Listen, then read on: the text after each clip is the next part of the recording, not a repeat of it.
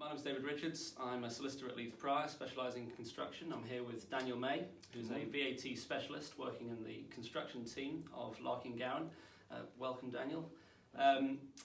We've grouped together here today because I know the VAT changes in the construction industry are coming in, and in October this year. I think most of my clients will know what the changes are about and will put some steps in place to sort of help with that.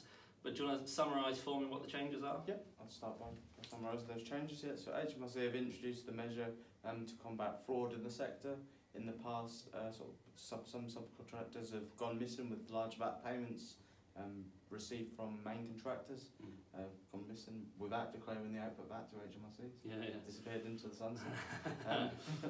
So HMRC have put these, in order to avoid that situation, HMRC have put this measure in place to ensure every supplier in the chain now accounts under the reverse charge, so they do not charge the VAT anymore, so they never have the temptation to run away with it.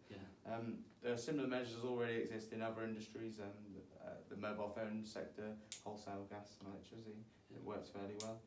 Those other sectors have to do a separate return, a separate declaration. Not the case in the construction sector. It's just accounting entries on the VAT return. Yeah, that makes sense. It's a little bit more simple. And this is for projects that have already started before the 1st of October, but the invoice is what, after that date? Yeah, this for invoices which the tax point, the VAT tax point, is after the 1st of October 2019. There are some transitional arrangements for invoices before 1st of October that aren't paid until after the 1st of January 2020, in which case the VAT domestic reverse charge would apply to those invoices. I think that might be a little bit of an issue in the sector as well, because the payment terms are often 90, 120, 150 days. Yeah, quite. So you might easily issue an invoice on the 30th of September that's not paid until way into the new year, which would be affected.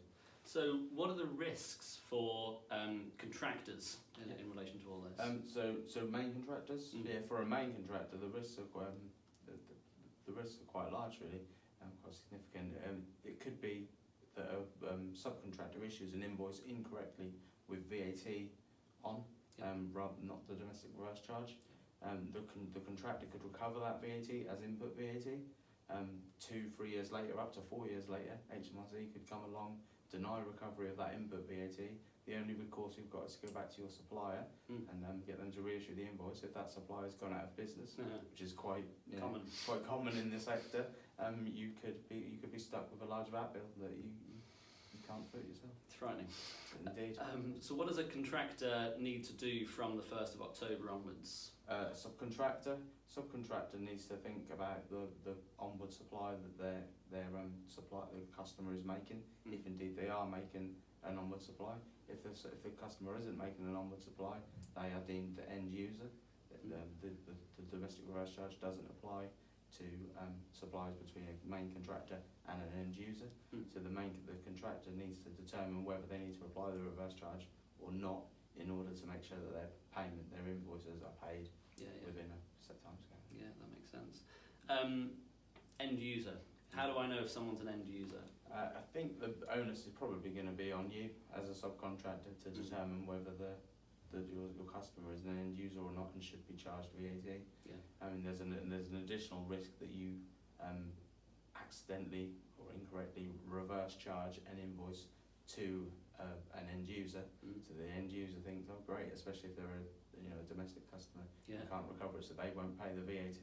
And then again, if HMRC come along in a couple of years' time and say, you should have charged VAT on this invoice, it's going to be a difficult conversation to be having with Mr. and Mrs. Jones. Quite. You need to pay us an extra 20 grand VAT all of a sudden. And it's not going to be an easy conversation with HMRC either. No. Because I think we've started advising some clients. We were talking about it before doing this video, weren't we the solicitors anyway, started advising some clients to get it into their construction contract and to get warranties to the extent that they are, an end user, and then they can at least rely on that later on. No, I agree. Yeah, indeed. My understanding is this applies to those in the CIS scheme. Yes. So that's, I mean, we could go through the list of people that are caught by that scheme. Generally, I think most people in the jobs, industry. isn't it? Yeah, I guess so, yeah. But most people seem to know whether they're in the CIS scheme or not. What about those that claim gross payments in CIS? The gross payments are still reportable under the CIS scheme, and they apply to the same trades, to the same activities. So they are caught by the reverse charge. Yeah. So basically, if your supplies are reportable under the construction industry scheme, whether you're making deductions or whether you've got gross status, you are included in this VAT measure. It sounds like it's going to have a fairly big impact on the cash flow of subcontractors, who I think a lot of whom use the VAT they've received to sort of help with their, well, like I say, cash flow. Yeah. Is there anything they can do to mitigate that? Yeah, there is. They could apply for monthly VAT return periods from HMRC. I mean, the payment terms, the long payment terms in the sector is the reason why small entities are bankrolling their businesses with the VAT payments, which isn't, it's not an advisable business plan. So my advice would be to set up your monthly VAT returns for 6 months, 12 months. You've got all the extra hassle, extra admin every single month of preparing a VAT return, but you could be getting yourself back on a sort of level playing field, rather than relying on the bank payments the VAT payments from a main contractor to bankroll your business, which can't be healthy. No, indeed, I suppose not. No.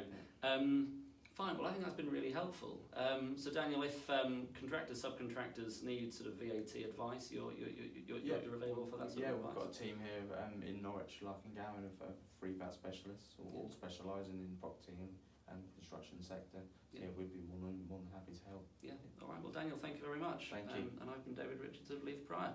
Cheers. Thank you. Thank you.